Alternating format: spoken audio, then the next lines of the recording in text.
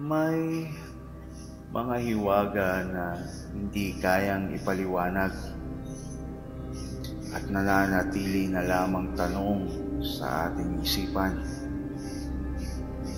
Habang naghihintay ka ng kasagutan, makinig ka muna sa mga maiksing kwento ni Kuya Bert.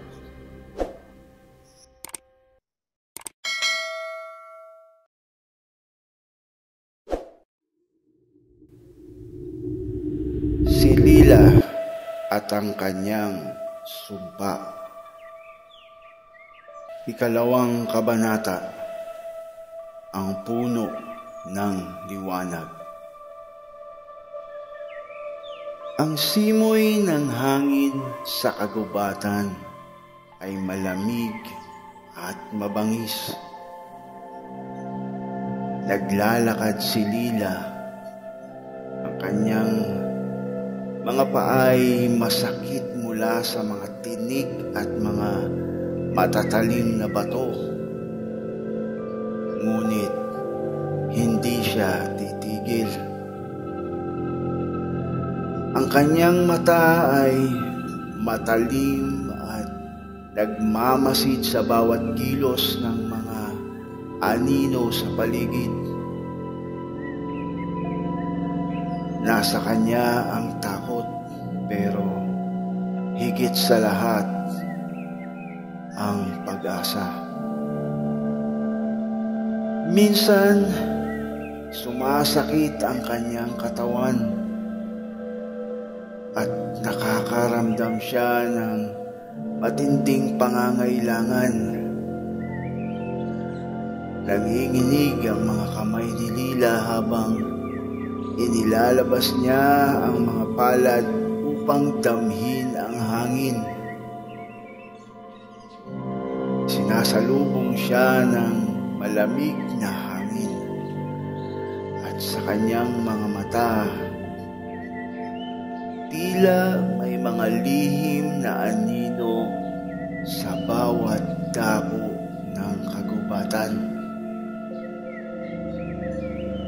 Naisip ni Lila na baka ang mga halimaw na kanyang naririnig ay hindi lang mga nilalang ng dilim.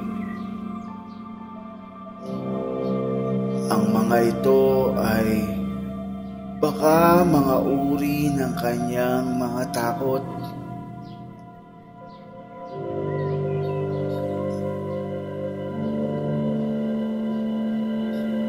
Hindi niya alam kung paano niya mapapaglabanan ang kanyang sariling dilim. Ngunit alam niyang hindi siya maaaring magpatuloy sa ganitong kalagayan. Hindi siya maaaring magtago habang pinapakita ng kanyang katawan ang dilim na pinipigilan niyang makawala. Minsan, naririnig niya ang mga tinig mula sa kanyang nakaraan. Si Danilo at Tomas. Iniisip ni Lila na baka sila'y nag-aalala tungkol sa kanya at takot na baka isang araw ay hindi na siya makabalik. Ang puso niya ay puno ng kalungkutan habang inaalala ang mga ngiti ni Tomas at ang init na mga palad ni Danilo. Ngunit ang mas matinding takot ni Lila ay ang hindi niya matanggap ang pagiging isang halimaw na magsisimula sa sarili niyang tahanan. Pagkatapos ng Ilang araw ng paglalakbay, nakarating siya sa isang malupit na bahagi ng kagubatan. Ang mga puno ng kahoy ay nagiging mas mataas at mas malalaki. Nang sumapit ang takip silim, siya'y nakatagpo ng isang maliit na kuweba. Isang lihim na daanan na puno ng mga kakaibang halaman at mga bulaklak. Ang mga ito ay may hindi karaniwang liwanag, parang mga mata na nagmamasid. Sa loob ng kuweba, nakita niya ang isang matandang babae na nakaupo sa harapan ng isang altar. Ang mukha ng babae ay puno ng mga guhit ng panahon.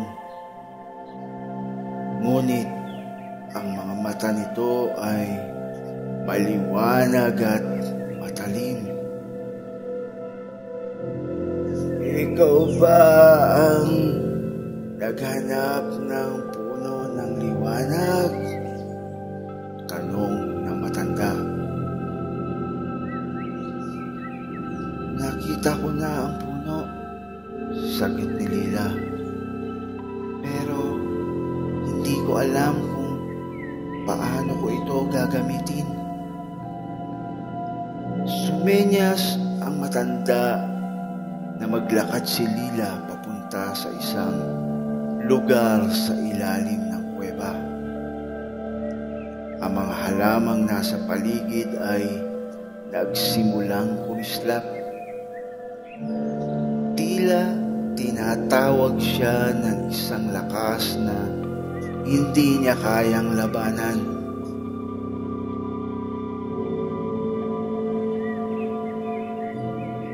Ang puno ng liwanag ay hindi lang isang bagay na makikita. Ito'y isang pagsubok. Kung nais mong gumaling, kailangang lumaban ka sa iyong sariling dilim. Hinawakan ng matanda ang kamay ni Lila at ipinasok siya sa isang mas madilim na bahagi ng kuweba.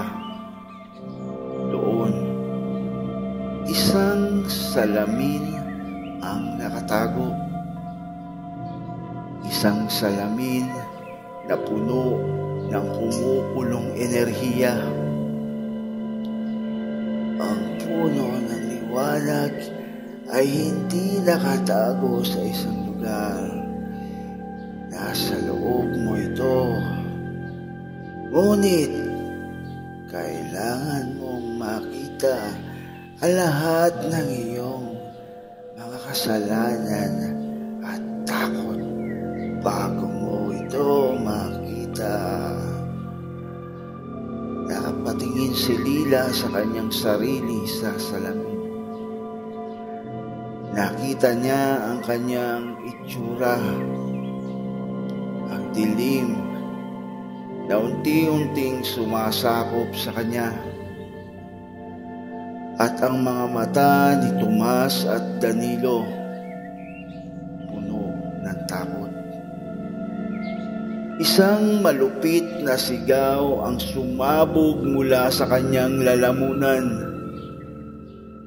Ang kanyang katawan ay nanginginig at ang kanyang mga pakpak ay nagsimulang magbukas. Ang salamin ay kumikislap at isang tinig ang narinig niya. Isang tinig na nagsasabing, "Hindi mo kaya. Ngunit si Lila ay tumango at nagsimulang magdasal. Hindi ako susuko.